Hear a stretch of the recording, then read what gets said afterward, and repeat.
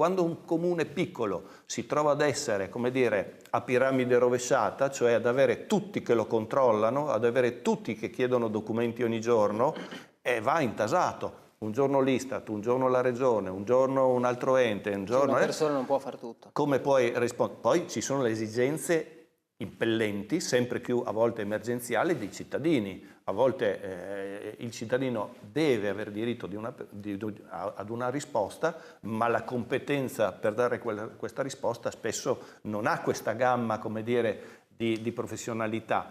Quanti dipendenti comunali avete? Attualmente Ruda ha 12 dipendenti. E quanti ne servirebbero per avere Quando una io situazione normale? Quando io da giovane ho fatto l'esperienza di vice sindaco ne avevamo 24. Siamo alla metà. Siamo alla metà.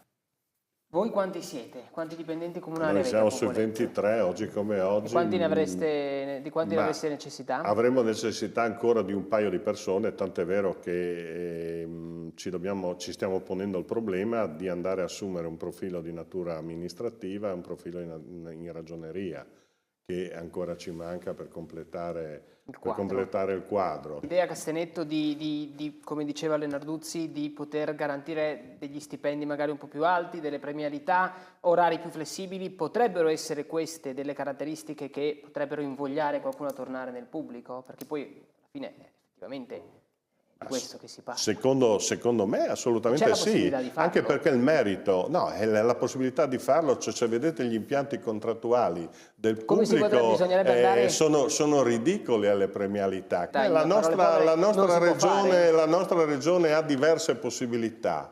Fa una richiesta di muovere qualcosa in regione? Sì, secondo me se io fossi nell'assessore Roberti ci penserei un attimino in positivo su questa cosa.